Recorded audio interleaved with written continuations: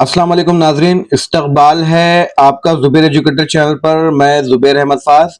नाजरीन आइए, आज मैं मौजू नंबर 10 NCF 2005 यानी नेशनल करिकुलम फ्रेमवर्क यानी कौमी निसाबी खाका या जिसे कौमी दरसियात का खाका भी कहते हैं, 2005 में बनाया गया था।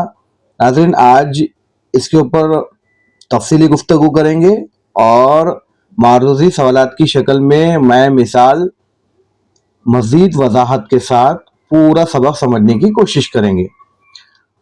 और आपको मैं बताता चलूं कि NEP 2020 के नुक्ते नज़र से 2023 में NCF 2023 भी नाफिज किया गया। उसके बारे में भी सवालात पूछने के इम्कान है, हालांकि सिलेबस अभी चेंज नहीं हुआ, लेकिन इंशाल्लाह उसके बारे में भी मैं आपको शॉर्ट नोट्स मैंने बनाए हैं, मैं आप तक प्रोवाइड कर दूंगा। आप टेलीग्राम ज्वाइन कर लीजिए, लिंक डिस्क्रिप्शन में मौजूद है। मैं NCF 2005 और NCF 2023 का मवाजना करके तमाम चीज़ें बनाई हैं मैंने, शॉर्ट नोट्स आप तक मुहैया हो जाएंगे। और मज़ीद ये बताता चलूँ कि मैंने हिंदी और उर्दू के पेड नोट्स प्रिंटेड बनाए हैं। अगर आप उसे हासिल करना चाहते हैं तो आप स्क्रीन पे दिए गए नंबर पर मुझे मैसेज कीजिएगा, व्हाट्सअप कीजिएगा। सिर्फ आगे की तफसीलात मैं आपको बताता चलूँगा। तो चलिए आज का लेसन शुरू करते हैं। सवाल नंबर 1, कौमी दरसी खाका 2005 के मुताबिक उस्ताद का बुनियादी किरदार क्या है? सवाल है, कौमी दरसियात का खाका 2005 के मुताबिक उस्ताद का बुनियादी किरदार क्या है? ऑप्शन इस तरह दिए गए हैं। ऑप्शन ए आमिराना, ऑप्शन बी सहूलतकार, ऑप्शन सी गैर फाल मुशाहिदा कुनंदा, ऑप्शन डी सिर्फ मालूमात फराहम करने वाला। लेकिन नाज़रीन, कौमी दरसियाती खाका 2005 के मुताबिक उस्ताद अब सिर्फ लेक्चर देने वाला नहीं बल्कि एक ऐसा माहौल और सहूलत फराहम करता है जिससे बच्चा खुद इल्म हासिल कर सके। इसलिए इसका सही जवाब होगा ऑप्शन नंबर बी, सहूलतकार। ऑप्शन नंबर बी सहूलतकार इसका सही जवाब होगा। मिसाल के तौर पे मैं बताता चलूं कि देखें, पौधों के बारे में पढ़ाते वक्त उस्ताद सिर्फ किताब से नहीं पढ़ाता बल्कि बच्चों को बाग में ले जाकर पौधे दिखाता है और उनसे सवाल पूछता है ताकि वो खुद मुशाहिदा कर सके। तो ये इसलिए फैसिलिटेटर कहलाएगा, सहूलतकार। अब दीगर ऑप्शन में देखिए, ऑप्शन नंबर 1 में है आमिराना। आमिराना यानी ये रवैया बच्चों में खौफ पैदा करता है। आमिरत यानी दादागिरी करने वाला जिसे कहेंगे, जिससे सीखने का अमल रुक जाता है। ऑप्शन सी में गैर फाल शुदा मुशाहिदा कुनंदा, ये उस्ताद को क्लास में बहुत एक्टिव रहना पड़ता है नाज़रीन, खामोश तमाशाई नहीं रहना पड़ता, इसलिए ये ऑप्शन नहीं होगा। ऑप्शन डी सिर्फ मालूमात फराहम करने वाला, ये पुराना तरीका है, अब मालूमात इंटरनेट पर भी है। उस्ताद का काम मालूमात को समझने में मदद करना है, फैसिलिटेटर के तौर पर है। आइए आगे बढ़ते हैं। सवाल नंबर 2, NCF 2005 की रो से बच्चे की गलतियों को किस नजर से देखना चाहिए? ऑप्शन ए, उन्हें फौरन सख्ती से दुरुस्त किया जाना चाहिए। ऑप्शन बी, ये सीखने में रुकावट है और उन्हें नजरअंदाज करना चाहिए। ऑप्शन सी, ये आमोजिश का इशारिया है और बसीरत इंसाइट फराहम करती है। ऑप्शन डी, कम ज़हीन बच्चों की निशानदाही का जरिया है। तो नाज़रीन, इसका सही जवाब होगा option number C. Option number C इसका सही जवाब होगा। ये आमोजिश का इशारिया है और बसीरत फराहम करती है। आइए इसको समझने की कोशिश करेंगे। देखिए, गलतियां उस्ताद को बताती है कि बच्चे का दिमाग कैसे काम कर रहा है। ये सीखने के अमल का एक लाजमी हिस्सा है, क्योंकि देखिए आमोजिश तभी होगी, इंसान गलतियां करके ही सीखता है, क्योंकि कोई भी मुकम्मल नहीं होता, इंसान से गलतियां होती रहती है। बच्चों से पहले पहले गलतियां होंगी और फैसिलिटेटर का काम रहेगा कि उनको सही रास्ता दिखाएं और बच्चे आमोजिश या इक्तिसाब उनका बेहतर तरीके से हो सके। मिसाल के तौर पर, अगर एक बच्चा लिखता है आई गोड टू स्कूल, ऐसा लिखता है GOED, आई गोड टू स्कूल। तो ये गलती बताती है कि बच्चे ने ग्रामर का ये उसूल सीख लिया है कि माजी के लिए ईडी लगाते हैं। जैसे कि मैं लिखकर बताता हूँ,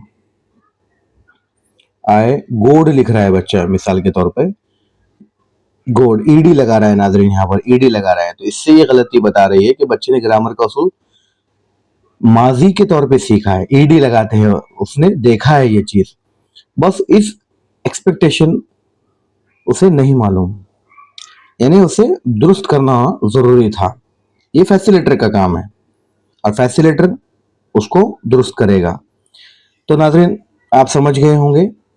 आइए दीगर ऑप्शन समझते हैं। ऑप्शन ए में दिया गया, उन्हें फौरन सख्ती से दुरुस्त करना चाहिए। जी नहीं, इससे बच्चा बोलने से डरने लगता है।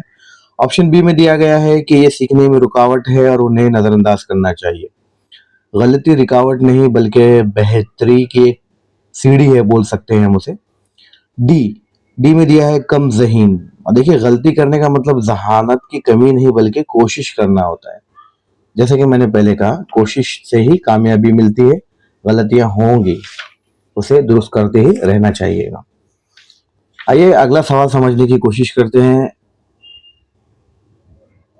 सवाल नंबर 3, निसाबी फ्रेमवर्क 2005 तजवीज करता है कि स्कूल की जिंदगी का ताल्लुक होना चाहिए। ऑप्शन ए सिर्फ निसाबी किताबों से, ऑप्शन बी स्कूल के नज्म ज़ब्त से, ऑप्शन सी बच्चों की स्कूल की बाहर की जिंदगी से, ऑप्शन डी सालाना इम्तिहान के नताइज से। जी, तो नाज़रीन इसका सही जवाब होगा ऑप्शन नंबर सी, बच्चों की स्कूल की बाहर की जिंदगी से। कैसे? देखिए, तालीम तभी मौसर होती है जब बच्चा उसे अपनी हकीकी जिंदगी में इस्तेमाल कर सके। किताबी इल्म और बैरूनी दुनिया में रब्त होना चाहिए नाज़रीन, तभी उसका तभी वो अच्छे तरीके से सीख सकेगा। उसकी अखलाकी इक़दार और तालीमी इक़दार अच्छी तरीके से हो पाएगी और जिस्मानी और ज़हनी तरक्की भी उसकी होती रहेगी। अब मिसाल के तौर पे समझें कि रियाजी में जमा और तफरीक सिखाते वक्त दुकान से सौदा सलफ खरीदने की मिसाल देना। दीगर ऑप्शन देखें। ऑप्शन ए में दिया गया है सिर्फ निसाबी किताबों से। जी नहीं, ये बच्चे को रट्टू तोता बना देता है। ऑप्शन बी में देखें, स्कूल के नज्म ज़ब्त से। सिर्फ डिसिप्लिन सिखाता है, तालीम का मकसद नहीं, सिर्फ डिसिप्लिन सीखना होता है नाज़रीन से। ऑप्शन डी देखें, सिर्फ इम्तिहान के नताइज। जी नहीं, सालाना इम्तिहान के नताइज नंबरों के दौड़ असल सीखने को खत्म कर देती है। नंबर 4, एनसीएफ 2005 के मुताबिक प्राइमरी सतह पर जरिए तालीम क्या होना चाहिए? ऑप्शन ए है अंग्रेजी जबान, ऑप्शन बी बच्चे की मादरी जबान, ऑप्शन सी रियासती जबान और ऑप्शन डी हिंदी जबान। तो नाजरीन इसका बहुत ही आसान जवाब है, बच्चे की मादरी जबान। ऑप्शन नंबर बी इसका सही जवाब होगा। ऑप्शन नंबर बी, जी हाँ, ऑप्शन नंबर बी इसका सही जवाब होगा कि जो बच्चा जिस जबान में घर पर बात करता है उसी में वो नए तस्वुरात भी सबसे जल्दी समझता है। अब मिसाल के तौर पे देखें, एक बच्चा जो घर में, अगर मिसाल ले ले हम भोजपुरी जबान की ले ले, अगर भोजपुरी बोलता है घर पे और अगर उसे स्कूल में अचानक अंग्रेजी में ग्रेविटी समझाया जाए तो वो नहीं समझेगा, लेकिन अपनी जबान में वो चीजों का गिरना आसानी से समझ लेगा। अब दीगर ऑप्शन में दिया, ऑप्शन नंबर ए में दिया अंग्रेजी जबान। ये बच्चों के लिए एक नई जबान हो गई है, अजनबी जबान कहलाएंगे जिसे कहेंगे। बच्चे पर बोझ बन जाती है अंग्रेजी जबान, बहुत मुश्किल होता है। ऑप्शन सी रियासती जबान, ये जरूरी नहीं है कि हर बच्चे की मादरी जबान वही हो जो रियासत की हो। जैसे हमारे महाराष्ट्र की मिसाल लीजिए। अब रियासती महाराष्ट्र की जो दफ्तरी जबान है वो बोली भाषा जिसे कहेंगे, और दफ्तरी लैंग्वेज भी यहाँ की मराठी है। लेकिन बहुत से ऐसे बच्चे हैं जिनकी मादरी जबान किसी की उर्दू है, किसी की हिंदी है और किसी की मुख्तलिफ हो सकती है। डी में देखिए हिंदी जबान, जी हाँ, ये जुनूबी हिंद या दीगर इलाकों में ये मादरी जबान नहीं हो सकती जी, लेकिन ये नेशनल लैंग्वेज है हिंदी ये हमारी कौमी जबान है। आइए आगे बढ़ते हैं नाज़रीन। सवाल नंबर 5, बच्चे फेल नहीं होते, निज़ाम फेल होता है, ये बयान किसकी तरफ इशारा करता है? ऑप्शन ए बच्चों की पढ़ाई में अदम दिलचस्पी, ऑप्शन बी वालिदैन की लापरवाही, ऑप्शन सी स्कूल के निज़ाम का लचीला न होना और बच्चे की ज़रूरियात को पूरा न करना, ऑप्शन डी असातिज़ा की कमी। तो नाज़रीन सवाल नंबर 5 का सही जवाब होगा ऑप्शन नंबर सी, स्कूल के निज़ाम का लचीला ना होना और बच्चे की ज़रूरियात को पूरा ना करना। हर बच्चा देखिए नाज़रीन सीखने की सलाहियत रखता है, कुछ ना कुछ सीखने की सलाहियत रखता है। अगर वो फेल हुआ तो इसका मतलब है कि तरीक़े तदरीस या निसाब उसके मिजाज के मुताबिक नहीं था। अब मिसाल जैसे एक मछली दरख्त पर नहीं चढ़ सकती, अगर स्कूल मछली का इम्तिहान दरख्त पर चढ़ने से लेगा और वो फेल हो जाए तो ये निज़ाम की गलती है। ऑप्शन ए में देखें, बच्चों की पढ़ाई में दिलचस्पी पैदा करना उस्ताद का काम है। ऑप्शन बी, वालिदैन की गलती, देखिए स्कूल अपनी जिम्मेदारी वालिदैन पर नहीं डाल सकता। ऑप्शन डी, असातिज़ा की कमी, ये इंतज़ामी मसला है नाज़रीन, जो सिस्टम का हिस्सा है, इसमें हम नहीं कह सकते। आइए आगे बढ़ते हैं। सवाल नंबर 6, एनसीएफ 2005 तदरीस के लिए किस नुक्ते नज़र अप्रोच पर जोर देता है?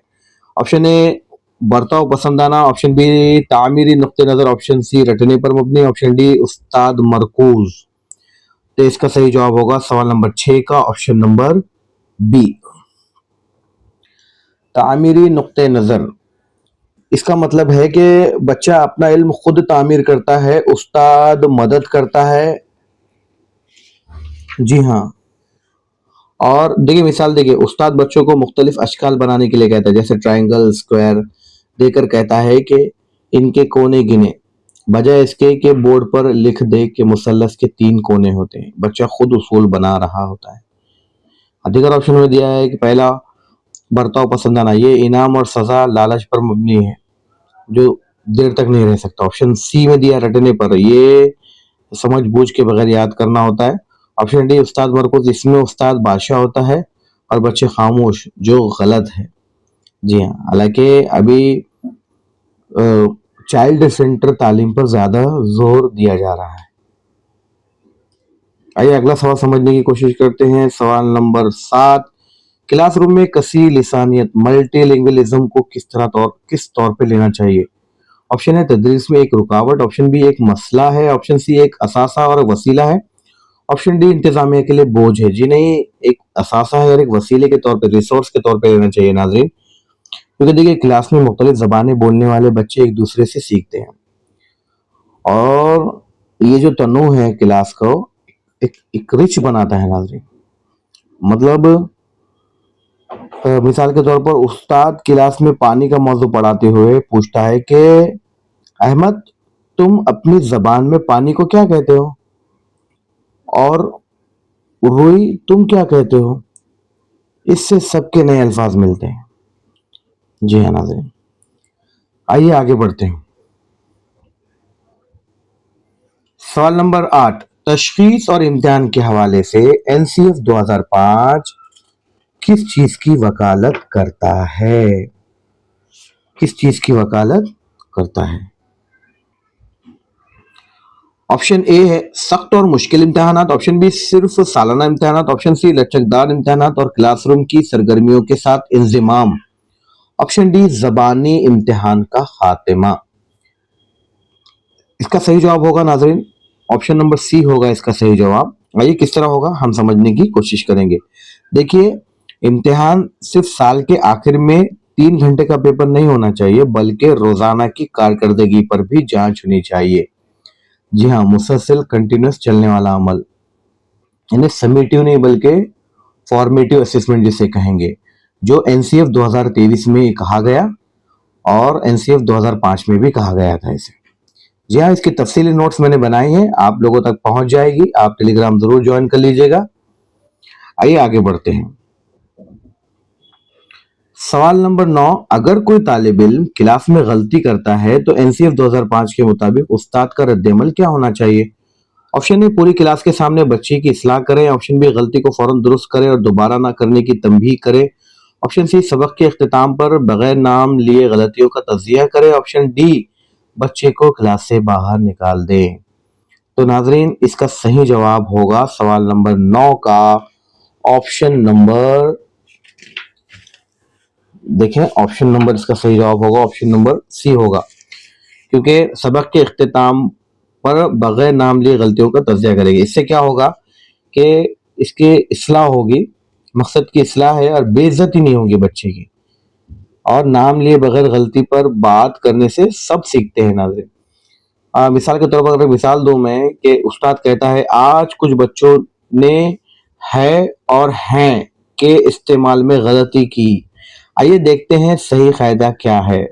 बजाय इसके कि कहे कि अली तुमने गलत लिखा है, यानी वहां अली का नाम नहीं लिया गया बल्कि कुछ बच्चों को कहा गया। अब दीगर ऑप्शन में देखिए सबके सामने इसलिए करना है, ये बच्चे की इज्जत नफ्स को मुजरू करता है नाज़रीन। ऑप्शन बी देखें फौरन दुरुस्त करना, बोले तो इससे बच्चे का है ना फ्लो टूट जाता है। ऑप्शन डी में दिया क्लास से निकालना, ये सजा है जो सीखने के अमल को रोक देती है, ये सख्त मना है, नहीं कर सकते ऐसा। आइए सवाल नंबर 10, एनसीएफ 2005 के मुताबिक तदरीसी उसूल क्या होने चाहिए। ऑप्शन ए नामालूम से मालूम की तरफ। ऑप्शन बी मुजर्रद से ठोस की तरफ। ऑप्शन सी मालूम से नामालूम और ठोस से मुजर्रद की तरफ। ऑप्शन डी पेचीदा से आसान की तरफ। एनसीएफ क्या कहता है नाजरीन? एनसीएफ कहता है कि मालूम से नामालूम और ठोस से मुजर्रद की तरफ पढ़ाया जाए। जी हाँ, ऑप्शन नंबर सी इसका सही जवाब होगा, क्योंकि इंसानी दिमाग पहले देखी हुई चीजें ठोस को समझता है, फिर ख्याली चीजें मुजर्रद को समझता है। जी हाँ, जैसे कि मिसाल के तौर पर बच्चों को पहले असली सेब दिखाना ठोस हो गया, मालूम हो गया उन्हें, और फिर उन्हें बाद में ए फॉर एप्पल या फिर सेब की ग़िज़ाइयत मुजर्रद उसके बारे में बताना है। आइए आगे बढ़ते हैं नाज़रीन। सवाल नंबर 11, तख्लीकी सलाहियत और पेश कदमी के रुझान को फरोग देने के लिए जरूरी है कि ऑप्शन ए बच्चों को इल्म का सिर्फ ग्राहक रिसीवर माना जाए। ऑप्शन बी बच्चों को तालीमी अमल में बराबर का शरीक माना जाए। ऑप्शन सी सिर्फ ज़हीन बच्चों पर तवज्जो दी जाए। ऑप्शन डी निसाब को सख्त रखा जाए। सवाल नंबर 11 का सही जवाब होगा ऑप्शन नंबर बी, बच्चों को तालीमी अमल में बराबर का शरीक माना जाए। नाजरीन, जब बच्चे को लगता है कि उसकी राय अहम है तभी वो कुछ नया सोचता है। मिसाल के तौर पर उस्ताद बच्चों से कहता है कल हम क्लास को कैसे सजाएं, आप लोग तजावीज दें। ये उन्हें शरीककार बनाता है। बच्चे फिर सोचने लग जाते हैं हम क्या कर सकते हैं, हमें क्या करना चाहिए। ऑप्शन ए में दिया है सिर्फ ग्राहक, देखिए ग्राहक सिर्फ चीज लेता है, बनाता नहीं। ऑप्शन सी में दिया ज़हीन बच्चों पर तवज्जो। हर बच्चे की तख्लीकी सलाहियत होती है, सिर्फ टॉपर्स में नहीं होती, उनमें भी होती है। ऑप्शन डी सख्त निसाब, देखिए सख्ती बोले तो ये तख्लीक की दुश्मन है नाज़रीन, सख्ती नहीं करना चाहिए। सख्त से इंसान फिर बहुत इसका जहन बहुत मुंतशिर हो जाता है। जी आइए आगे बढ़ेंगे। सवाल नंबर 12, समाजी उलूम की तदरीस में एनसीएफ का क्या मकसद है। समाजी उलूम, तारीख, जोग्राफिया, शहरियत और पॉलिटिक्स। जी हाँ नाज़रीन, इसमें क्या क्या मकसद है एनसीएफ के अंदर। ऑप्शन ए में बताया गया कि तलबा को सिर्फ तारीखें याद कराना। ऑप्शन बी में कहा गया नाजरीन कि जमहूरी सियासत के दायरे में बाहमी ताउन और गैर जानिबदाराना जज्बे को फरोग देना। ऑप्शन सी तलबा को सियासत से दूर रखना। ऑप्शन डी इम्तिहानात में अच्छे नंबर लाना। सवाल नंबर 12 का ऑप्शन नंबर बी सही जवाब होगा। ऑप्शन नंबर बी सही जवाब होगा, क्योंकि समाजी उलूम का मकसद है हकाइक रटना नहीं बल्कि एक अच्छा और जिम्मेदार शहरी बनाना। मिसाल के तौर पर क्लास में इलेक्शन करवाना ताकि बच्चे वोट की अहमियत और जमहूरियत को समझ सके। जी दीगर ऑप्शन में देखिए, ऑप्शन ए में दिया गया है कि तारीखें याद कराना, ये रट्टा है, समझ नहीं है। ऑप्शन सी में दिया गया सियासत से दूरी, सियासत से दूरी, समाज को समझने के लिए सियासी शोर जरूरी है। ऑप्शन डी नंबर लाना, नंबर कागज सिर्फ कागज पर होते हैं, रवैया असल जिंदगी में काम आता है। आइए आगे सवाल नंबर 13 समझने की कोशिश करेंगे। निसाबी कुतुब के हवाले से एनसीएफ 2005 क्या हिदायत देता है? ऑप्शन ए निसाबी कुतुब ही इल्म का वाहिद जरिया है। ऑप्शन बी बच्चों को किताब मरकूज तालीम से हटाकर हमजहत नशोनुमा की तरफ ले जाना चाहिए। ऑप्शन सी किताब के हर लफ्ज को जबानी याद करना चाहिए। ऑप्शन डी किताब का बोझ बढ़ना चाहिए। तो नाज़रीन इसका सही जवाब होगा सवाल नंबर 13 का ऑप्शन नंबर बी, क्योंकि देखिए किताब सब कुछ नहीं है, बच्चे की जिस्मानी, जहनी और समाजी तरबियत भी जरूरी है। अब मिसाल के तौर पे माहौलियात का सबक सिर्फ किताब से पढ़ने के बजाय बच्चों से स्कूल का कचरा साफ करवाना और दरख्त लगाना। देखिए कचरा साफ करवाने से मुराद है कि गार्डन जो स्कूल के सामने का इलाका हो, या 26 जनवरी के मौके पे, 15 अगस्त के मौके पर आपने देखा होगा गांव में बच्चे साफ सफाई करते हैं वहां पर, उससे मुराद ये है, बल्कि ये नहीं कि क्लास उनसे साफ करवाई जाए रोजाना, जी नहीं। आइए दीगर ऑप्शन है, ऑप्शन ए है वाहिद जरिया। वाहिद जरिया देखिए निसाबी कुतुब इल्म का वाहिद जरिया, जी नहीं। अब देखिए यूट्यूब, उसके बाद अखबार और तजुर्बात भी इल्म का बहुत बड़ा भंडार है, जरिया है। ऑप्शन सी में दिया जबानी याद कराना, ये फहम के बगैर रट्टा है। ऑप्शन डी किताबों का बोझ। देखिए एनसीएफ क्या कहता है कि बस्ते के बोझ को कम करने के हक में है वो, जी। आइए आगे अगला सवाल हल करेंगे। सवाल नंबर 14, एक उस्ताद को अपनी क्लास में तलबा को किस चीज की तरगीब देनी चाहिए? ऑप्शन ए खामोश बैठने की। ऑप्शन बी असातिज़ा की बात सुन लेने की, तस्लीम करने की, मन व आइन तस्लीम करने की। सवाल सी, माफ कीजिएगा, ऑप्शन सी सवाल पूछने और अपने तस्वुरात जाहिर करने की। ऑप्शन डी दूसरे बच्चों से मुकाबला करने की। तो देखिए सवाल नंबर 14 में है सवाल पूछने और अपने तसर्रुफ़ जाहिर करने की, जी। सवाल नंबर ऑप्शन नंबर सी सही जवाब होगा इसका, क्योंकि सवाल पूछना एक जिंदा जहन की निशानी है। खामोशी को हम बोलते हैं खामोशी खबरस्तान जैसी होती है, जी हाँ। मिसाल देखें, अगर उस्ताद कहे कि आसमान नीला क्यों है और बच्चा कहे शायद उसने नीली खमीज पहनी है, तो उस्ताद को हंसने के बजाय उसे सोचने की हिम्मत अफजाई करनी चाहिए नाज़रीन। दीगर ऑप्शन में देखिए खामोश बैठना, ये पैसिव क्लास हो जाएगी खामोश बैठेगा। तो ऑप्शन बी में हुक्म मानना, ये गुलामाना ज़हनियत पैदा करता है नाज़रीन। और ऑप्शन डी मुकाबला करना, हर वक्त का मुकाबला बच्चों में हसद पैदा करता है, जी हाँ। आइए आगे बढ़ते हैं। सवाल नंबर 15, इल्म की तामीर, कंस्ट्रक्शन ऑफ नॉलेज में बच्चे का किरदार क्या है? ऑप्शन ए गैर फाल वसूल कुनंदा। ऑप्शन बी फाल शरीक जो अपने तजुर्बात की बुनियाद पर नई मालूमात मुरत्तिब करता है। ऑप्शन सी उस्ताद का मोहताज। ऑप्शन डी सिर्फ हिदायत पर अमल करने वाला। सवाल नंबर 15, इसका सही जवाब होगा option number B. Option number B होगा, क्योंकि बच्चा खाली बर्तन नहीं है, वो अपने पुराने तजुर्बात को नए इल्म के साथ जोड़ता है, यानी अपने साबिका मालूमात को नए इल्म के साथ जोड़ना। अब मिसाल के तौर पर एक बच्चा जिसने गांव में कुआं देखा है, जब उसे जेर जमीन पानी पढ़ाया जाएगा तो वो अपने कुएं के तजुर्बात से इस तस्वुर को तामीर करेगा, समझने की कोशिश करेगा, कंस्ट्रक्शन करेगा वो, जी। अब दिगर ऑप्शन में देखें, गैर फाल, ये गैर फाल बोले तो सिर्फ सुनने वाला हो जाएगा यहाँ पर। और सी में देखें मोहताज बताया गया, देखिए उस्ताद के बगैर कुछ ना कर सकने वाला जिसे मोहताज बोलेंगे। और डी सिर्फ हिदायत पर अमल करने वाला, ये तो रोबोट कहलाएगा, फिर सिर्फ कमांड पर चलने वाला। आइए आगे बढ़ते हैं। सवाल नंबर 16, एनसीएफ 2005 के रहनुमा उसूलों में से एक है, क्या है? ऑप्शन ए रटकर सीखने के तरीके को फरोग देना, जी नहीं। ऑप्शन बी निसाब को स्कूल के 4 दीवारी तक महदूद रखना, बिल्कुल भी नहीं। ऑप्शन नंबर सी, रट कर सीखने की हौसला शिकनी करना और उसे खत्म करना।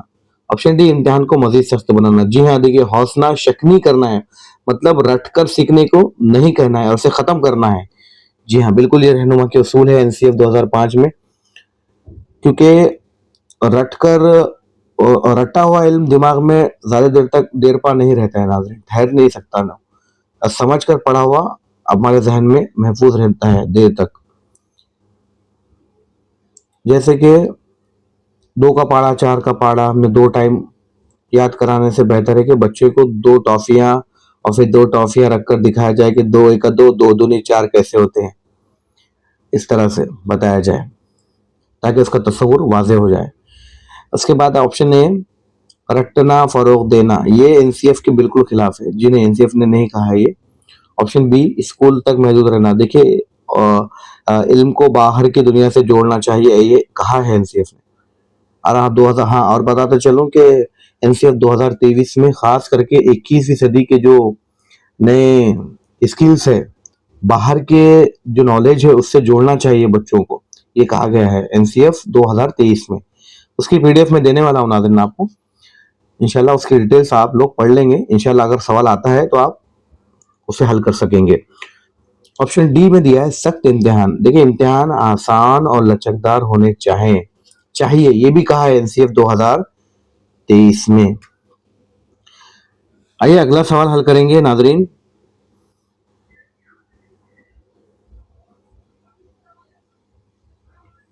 सवाल नंबर 17, रियाजी या दिगर मज़ामीन पढ़ाते वक्त उस्ताद को क्या करना चाहिए। ऑप्शन ए, हर मजमून को दूसरे से बिल्कुल अलग रखना चाहिए। ऑप्शन बी, मज़ामीन को मरबूत करना चाहिए ताकि बच्चे की सोच वसी हो। ऑप्शन सी, सिर्फ फार्मूले याद कराने चाहिए। ऑप्शन डी, सिर्फ निसाब मुकम्मल करने पर तवज्जो देनी चाहिए। बहुत ही आसान सवाल का जवाब है सवाल नंबर 17 का, ऑप्शन नंबर बी, मज़ामीन को मरबूत करना चाहिए नाज़रीन, ताकि बच्चे की सोच वसी हो सके, बच्चे की सोच वसी हो सके। क्योंकि मज़ामीन को अलग अलग खानों में नहीं बांटना चाहिए। मिसाल के तौर पर अहराम मिस्र पढ़ा रहा है, पढ़ाते वक्त तारीख मिस्र हो जाएंगी, और जोग्राफिया ये सहरा के बारे में होगा, और रियाजी अहराम की शक्ल ज्योमेट्री का एक साथ पढ़ाना हो जाएगा। ऑप्शन ए में दिया अलग रखना, ये मसनवी तरीका है। ऑप्शन सी में दिया फॉर्मूले याद कराना, ये रियाजी की रूह के खिलाफ है। रियाजी में याद नहीं कराना पड़ता है बल्कि समझना होता है। और ऑप्शन डी में देखें निसाब मुकम्मल करना, समझाना ज्यादा अहम है निसाब खत्म करने से। सवाल नंबर 18 समझेंगे। स्कूल के निजामुल औकात टाइम टेबल के बारे में क्या सिफारिश की गई है। ऑप्शन ए, इसे बहुत सख्त होना चाहिए। ऑप्शन बी, इसमें तब्दीली की कोई गुंजाइश नहीं होनी चाहिए। ऑप्शन सी, इसे लचकदार होना चाहिए ताकि मुख्तलिफ सरगर्मियों को जगह मिल सके। ऑप्शन डी, इसमें खेल कूद का वक्त नहीं होना चाहिए। तो देखिए सवाल नंबर 18 का ऑप्शन नंबर सी सही होगा, लचकदार होना चाहिए, क्योंकि टाइम टेबल पत्थर की लकीर नहीं होना चाहिए। मिसाल के तौर पर अगर बच्चे पेंटिंग में बहुत मगन है तो उस्ताद को इख्तियार हो कि वो अगला पीरियड अगर खाली हो तो भी उन्हें दे दें ताकि वो अपना काम मुकम्मल कर सके। दिगर ऑप्शन में दिया सख्त, देखिए सख्ती से उकताहट पैदा होती है, और ऑप्शन बी में कोई तब्दीली नहीं, ये जमूद की हालत हो जाएगी। ऑप्शन सी, माफ कीजिएगा, ऑप्शन डी में कहा खेल का वक्त नहीं। देखिए खेल के बगैर बच्चा बीमार और सुस्त हो जाएगा, उसकी हमारी तरक्की नहीं होगी, जहनी और जिस्मानी तरक्की नहीं होगी उसकी। सवाल नंबर 19, आइए सवाल नंबर 19 देखेंगे।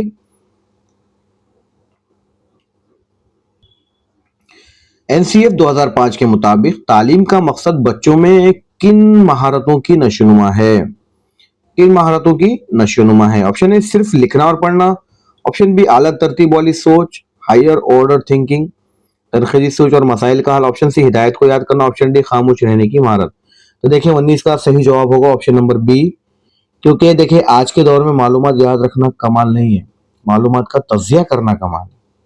जी हाँ, मिसाल के तौर पर उस्ताद पूछे कि अगर दुनिया से मच्छर खत्म हो जाए तो माहौलियात पर क्या असर पड़ेगा।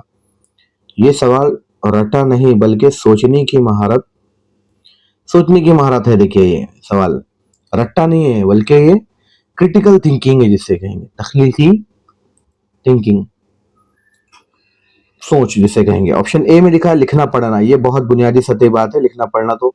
और सी में कहा कि ये याद करना, ये कंप्यूटर इंसान से ज्यादा याद रख सकता है, इंसान का काम सोचना है। ऑप्शन डी खामोश रहना, ये कोई महारत की बात नहीं है नाज़रीन।